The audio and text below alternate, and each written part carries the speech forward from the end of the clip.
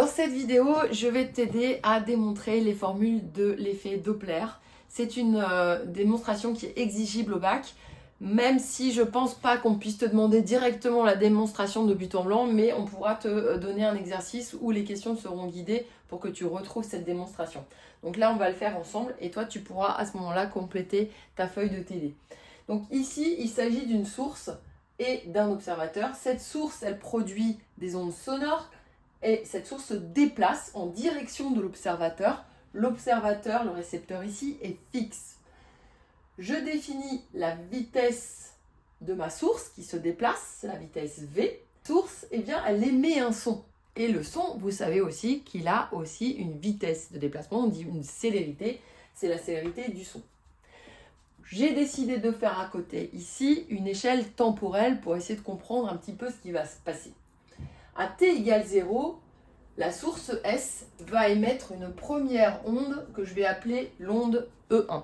Cette onde E1 va mettre un certain temps, que je vais appeler T1, pour arriver jusqu'à l'oreille de mon récepteur ici. Et quel est ce temps T1 ? Puisqu'il s'agit du son qui va parcourir une distance D, j'applique tout simplement la formule C égale D divisé par T1. Donc finalement, T1 vaudra D sur C. Je garde cette formule pour tout à l'heure. Imaginons maintenant que je suis un temps un petit peu plus tard, un temps que je vais appeler T2, et à T2, ma source émet une deuxième onde que je vais appeler E2. Je suis maintenant un petit peu plus loin. Là, j'étais ici, tac. La voiture, évidemment, a avancé. L'observateur n'a pas bougé. On va maintenant définir ce qu'on appelle la période émise, c'est-à-dire le temps entre deux émissions d'ondes successives.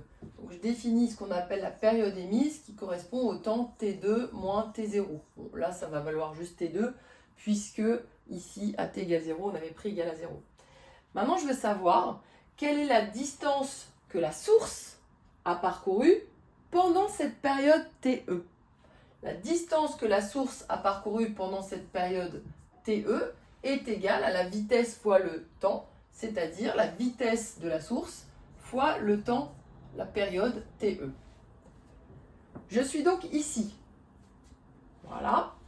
Maintenant, je m'occupe de l'onde, non plus de la source, mais de l'onde sonore.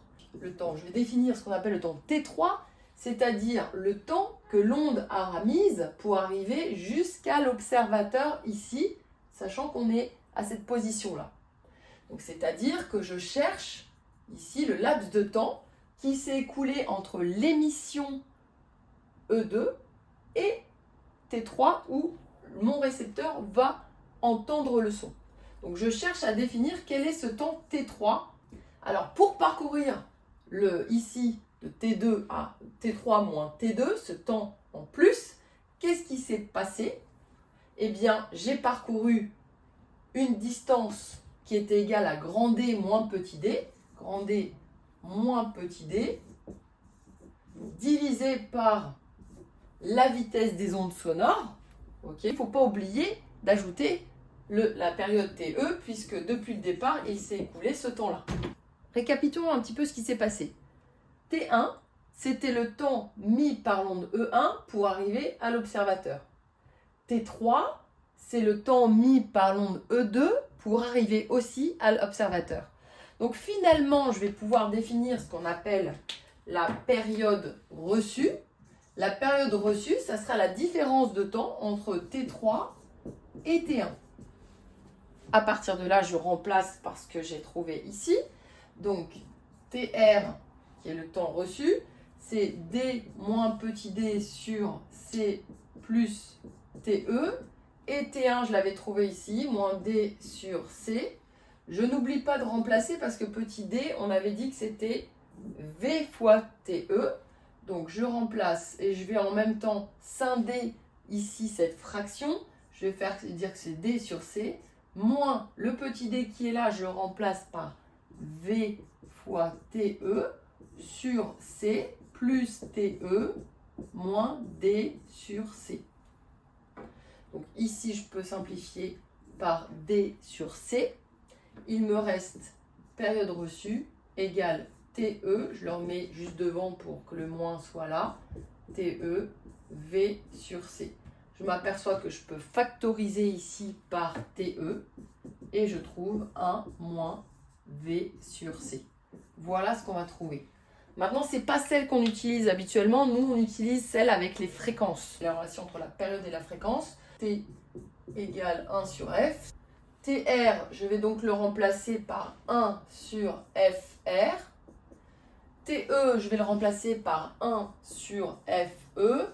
Et le reste n'a pas changé, moins V sur C.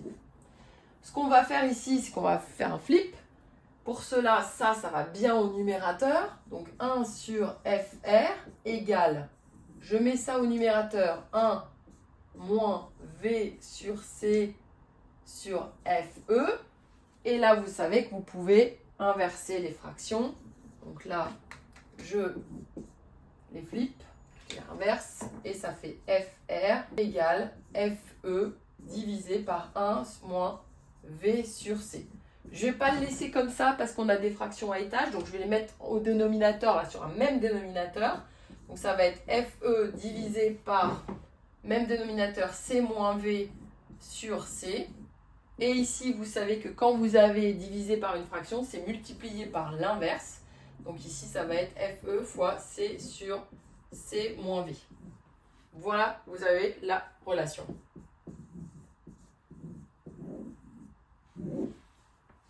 Alors, on est presque arrivé à la fin. Il faut juste maintenant exprimer ce qu'on appelle le décalage Doppler. Donc, on note ça delta F, la différence de fréquence. Donc, c'est FR moins FE.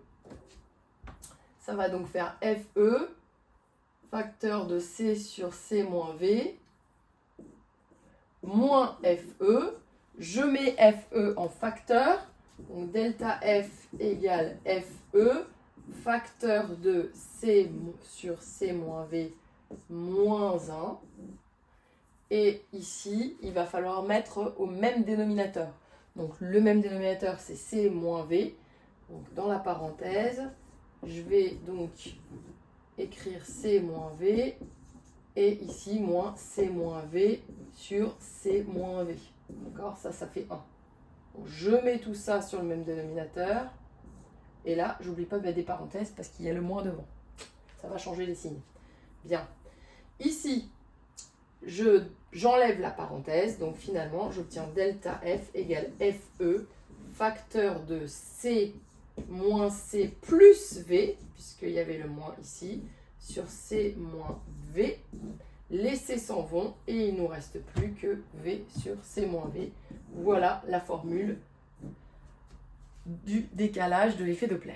Je vais maintenant faire la même chose, mais cette fois-ci, ce n'est plus la source qui se rapproche, mais la source va s'éloigner du récepteur. En fait, la formule va être exactement la même, sauf que il faudra mettre ici un plus. Et ça, je vous laisse faire la démonstration.